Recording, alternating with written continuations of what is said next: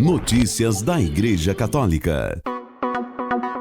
Sexta-feira, 3 de novembro de 2023, hoje é dia de São Martim de Lima, patrono dos barbeiros.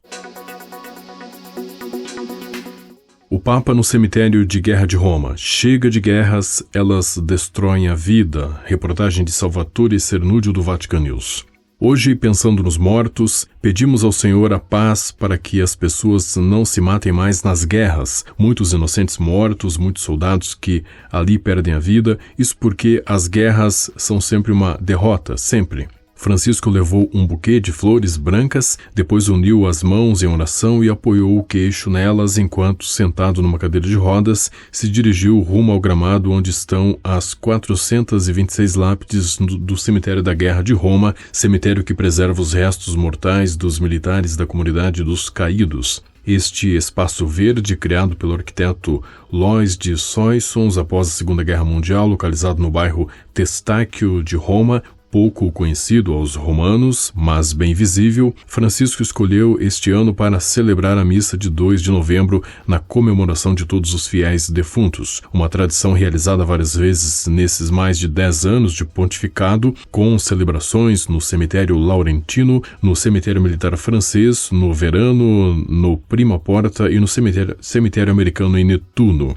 Lugares de memória, de história, de dor que nesses tempos dilacerados por conflitos lembram à humanidade qual é a principal consequência da guerra, a morte, de todos, dos vencedores e dos vencidos, sem consciência. As guerras são sempre uma derrota, sempre, disse o Papa na breve homilia, proferida espontaneamente, repetindo o que já tinha dito nos últimos ângelos desde a eclosão da violência no Oriente Médio. Muitos jovens e idosos na guerra do mundo, até mesmo perto de nós, na Europa. Quantas mortes, destrói-se a vida sem consciência disso. Não há vitória total, não. Sim, um vence o outro, mas por trás disso está a derrota do preço pago. O pontífice chegou ao cemitério de guerra de Roma quase meia hora mais cedo. Primeiro ele cumprimentou na entrada o grupo de fiéis que já estava ali há algumas horas, apesar da chuva torrencial da manhã. Depois, sob o mausoléu, apertou a mão dos funcionários da Comissão de Túmulos de Guerra da comunidade que cuida da manutenção e gestão do cemitério. Em seguida, o habitual passeio entre os túmulos dos caídos em guerra. Francisco olhava, tentando ler os nomes escritos no mármore, nomes de diferentes nacionalidades, incluindo militares, soldados e até alguns aviadores que morreram como prisioneiros de guerra em Roma, nomes ladeados pelo brasão da entidade militar a qual pertenciam, por alguns lemas e sobretudo pelas datas que indicam a idade, ainda que muito jovem, dos falecidos.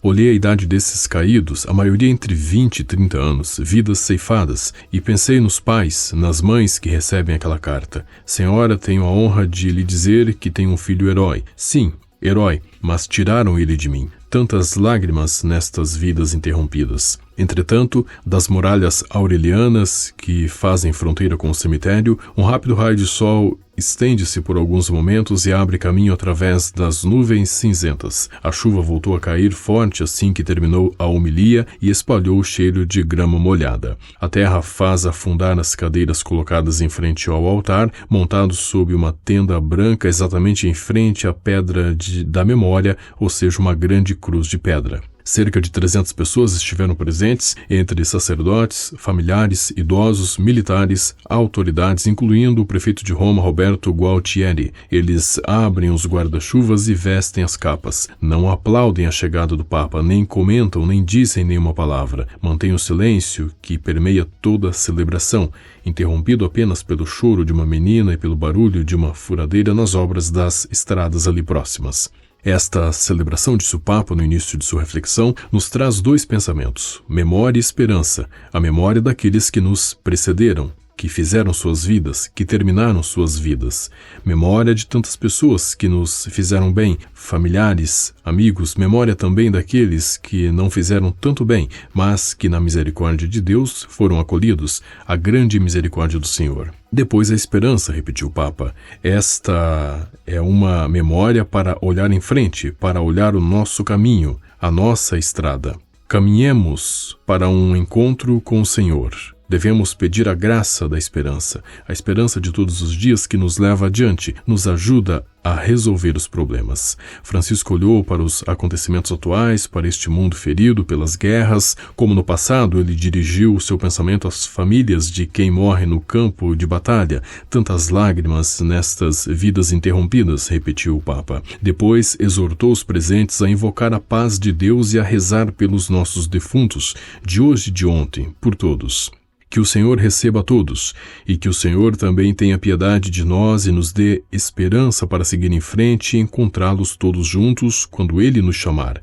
Que assim seja. No final da liturgia marcada por cantos e orações, pelo sol e pela chuva, houve a oração do descanso eterno. Depois, acompanhado de aplausos e gritos de Viva o Papa por trás dos portões, Francisco lentamente se dirigiu em direção à saída, com a cabeça voltada para baixo. Deu um último olhar nas lápides de mármore que contêm uma vida inteira, uma vida ceifada. Notícias da Igreja Católica.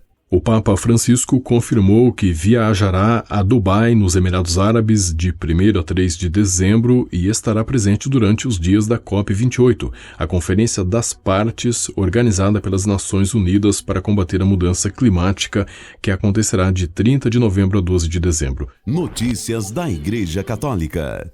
O Dicastério para a Evangelização da Santa Sé lançou neste dia 31 de outubro, véspera da Solenidade de Todos os Santos, o aplicativo Jubileum 25 para se registrar como peregrino e acompanhar os eventos do Jubileu de 2025.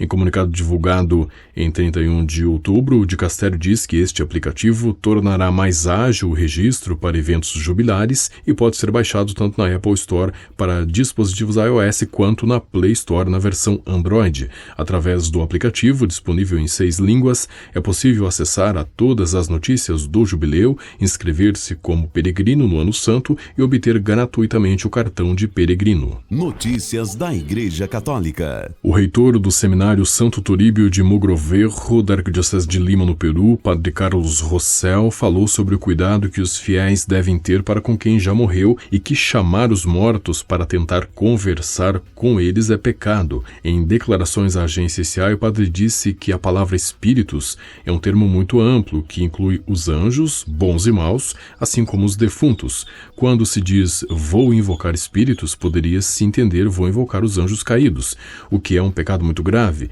mas vou invocar os meus defuntos também é pecado grave, disse ele. O padre Rossell disse que o que podemos fazer pelos nossos defuntos é apenas rezar por eles, o resto vem do maligno. O que a Igreja nos ensina sobre o além, disse o sacerdote peruano, é invocar os santos, que são os nossos amigos, sobretudo pedir-lhes muito e pedir à Santíssima Virgem Maria, nossa mãe, para que vivamos na graça de Deus. A Igreja também nos ensina a oferecer a Santa Missa pelos nossos defuntos. Nós podemos ajudar as almas do purgatório, rezando por elas, é o que chamamos de sufrágios. A Igreja também nos fala acerca do inferno, não para nos amedrontar, mas para nos ensinar que podemos perder o céu se usarmos mal a nossa liberdade, disse o padre. O padre Russell advertiu que quem faz o que se denomina invocação de espíritos está brincando de ser Deus. Deus é o Senhor do além e a maneira correta de nos relacionar com os defuntos não é através da invocação, mas através da oração. Notícias da Igreja Católica. Dom Onésimo Alberton foi nomeado bispo auxiliar de Florianópolis, Santa Catarina. Bispo de Rio do Sul, Santa Catarina, desde 2015, Dom Onésimo é secretário da Regional Sul 4 da Conferência Nacional dos Bispos do Brasil e presidente da Comissão para a Juventude em Santa Catarina. Nascido em Orleans, Santa Catarina, em 16 de fevereiro de 1995, o novo bispo auxiliar foi ordenado sacerdote em 1992. Dom Onésimo é mestre em Teologia Espiritual pelo Instituto Pontifício de Espiritualidade Teresiano de Roma. Com a colaboração do Vatican News e da agência ICI, você ouviu o Boletim de Notícias Católicas que volta na próxima segunda-feira. Notícias da Igreja Católica.